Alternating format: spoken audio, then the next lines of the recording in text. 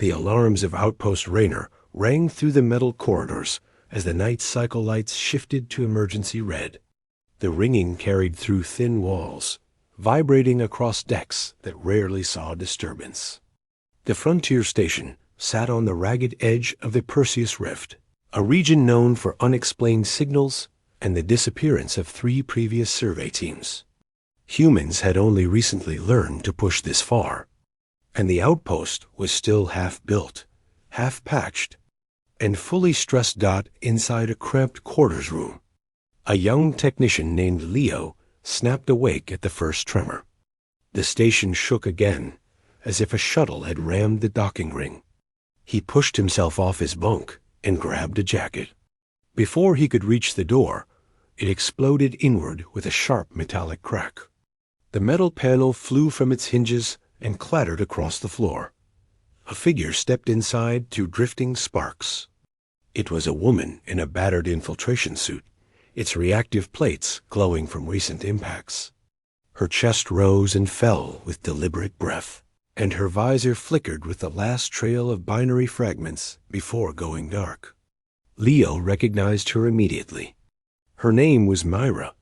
She served in Recon Unit 6 and had vanished 3 weeks ago during a patrol sweep that had gone silent without explanation. She looked like she had marched through a storm of plasma bolts. Burn marks streaked the sides of her armor. A gash along her shoulder patch still smoked faintly. She kicked the ruined door aside and locked her gaze on Leo. Before he could speak, she tapped a security override on her suit. The plates unlocked with a mechanical hiss and fell away in sections. She stripped off the outer layers of armor until only the inner compression layer remained. It was standard, non-revealing uniform fabric designed for survival under pressure shifts. She removed the bulky plates because they buzzed with unstable alien data fragments. That could short out the outpost grid dot she leaned close to.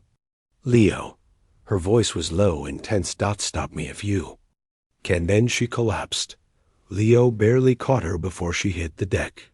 Her body shook with exhaustion. The compression layer clung to her frame, torn in places by explosion shrapnel.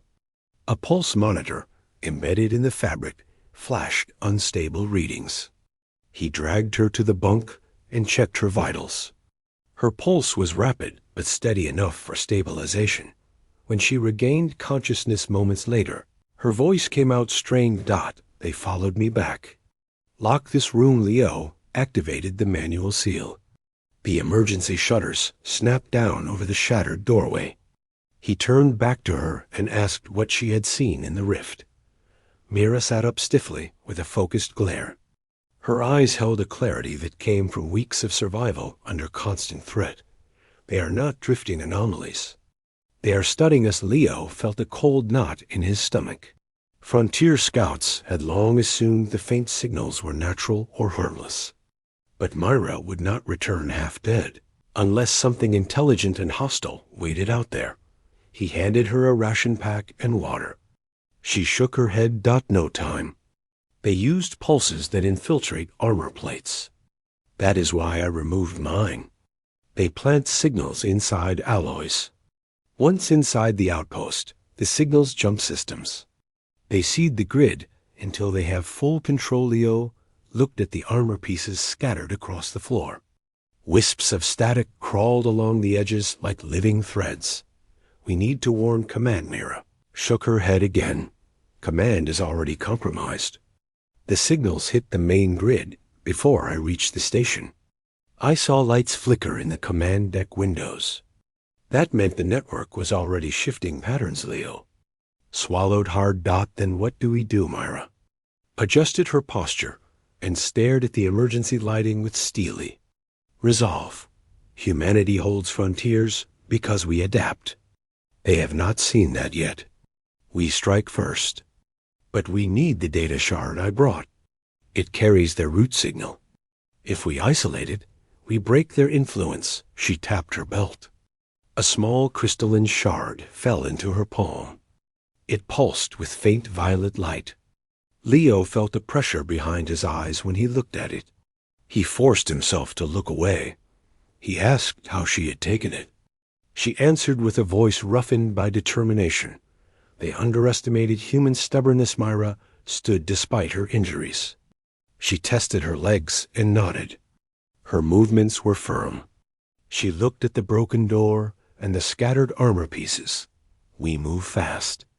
The station may already be shifting against us. Leo grabbed a toolkit and followed her into the corridor. The outpost lights flickered erratically. Panels hummed with an unknown frequency. Air vents pulsed on a synchronized beat instead of their usual staggered rhythm. The station behaved like it had grown a nervous system. Myra led Leo through maintenance shafts to avoid the main hallways. At one point, they passed a viewport. Outside, the rift glowed with faint swirling lights, but something darker moved between the stars. Its shape was subtle, like a shadow sliding across cosmic dust. Leo felt his breath shorten. Is that the Myra whispered? That is only a fragment. They exist across wavelengths we cannot fully see. They feed on information. They consume networks. They call it harvesting. He felt the word crack against his thoughts. She continued. They divide their presence into signals. Each shard acts like a scout mind. The shard I took holds the instructions they use to spread. If we trap it inside an isolated core, we can invert the signal. Leo frowned. Invert it how a slight grin broke through Myra's exhaustion. With human stubbornness, they reached the engineering deck. The doors refused to unlock. Panels shifted their color in waves, reacting to the shard in Myra's belt. She placed her hand on the door control and whispered. They know we are here. Leo pulled out a breaker device from his toolkit and pried open the panel. He cut the central conductor and forced a manual release. The door groaned open. Inside, the engineering deck was dim. Several consoles flickered with alien glyphs instead of human interface icons. A low hum vibrated through the air. The station reactor glowed more intensely than usual. Myra walked straight to the auxiliary core. She handed Leo the shard. When I say now, place it inside the containment slot. Leo stared at the pulsing shard. And what happens if I do it wrong? She raised an eyebrow. Then we find out how fast humans can run. He forced a shaky breath and nodded. Myra opened the core access panel. Waves of heat rushed out. The auxiliary core handled signal routing. If they inverted the alien instructions there, it would purge the station network. But the alien presence sensed their plan. The lights brightened. The hum rose pitch. Panels across the room began to move as if alive. Myra shouted. Now Leo shoved the shard into the containment slot. The core roared with surging light. The alien glyphs across the consoles shifted violently. Energy crackled through the air. The outpost shook. The hum became a howl. The lights flashed with blinding intensity. Leo shielded his eyes. Then everything went still. The alien glyphs vanished. The consoles returned to standard interface. The reactor light dimmed to normal. The air vents resumed irregular but familiar cycles. Myra slumped against the panel and exhaled slowly. We did it. Leo let out a breath. He had not realized he held. What happened to them? She answered with steady, calm. We flipped their route signal. Instead of spreading through our network, it reflected back into theirs. They felt the full force of their own method. Humans do not yield. They will learn that now. Soft rumble echoed through the station. Myra glanced at the ceiling.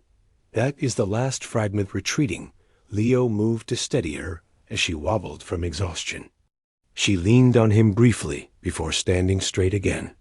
We need to get you to medical. She shook her head. Later. First, we restore command and warn every frontier station. They must know this threat can be repelled as they moved toward the exit. The station lights brightened naturally rather than with alien influence. The hum of machinery settled into familiar rhythm. Leo paused, when you said stop me if you can. What did you mean? Myra looked back at him with a rare hint of a smile. I was not sure how long I could keep control of myself. The signals try to reroute thought patterns.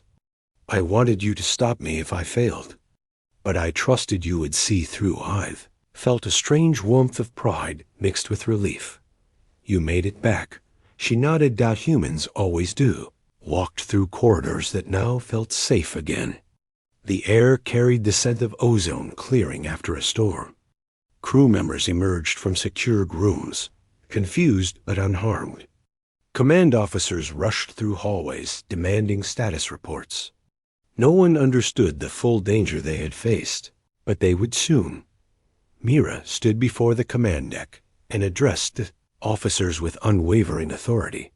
Prepare all outposts for encounter protocols. This was not random.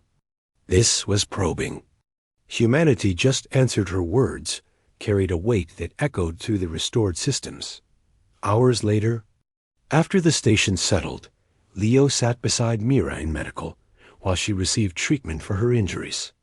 The med team scanned her suit remains and recovered trace data fragments. Engineers began studying the inverted signal for defensive applications. The station's commander approached them and bowed his head slightly. This outpost stands today because of both of you. The frontier will remember this. When he left, Leo turned to Myra. So what happens next? She stretched her once wounded arm and tested its movement. We prepare. We advance. Humanity comes back stronger after every threat. They tried to take our station. Now we take their advantage and build beyond it. Leo nodded. HFY. Myra gave a firm nod. Always. The rift outside the viewport glowed quietly. The shadow that once moved across the stars was gone, retreating to distant sectors. But humanity had more.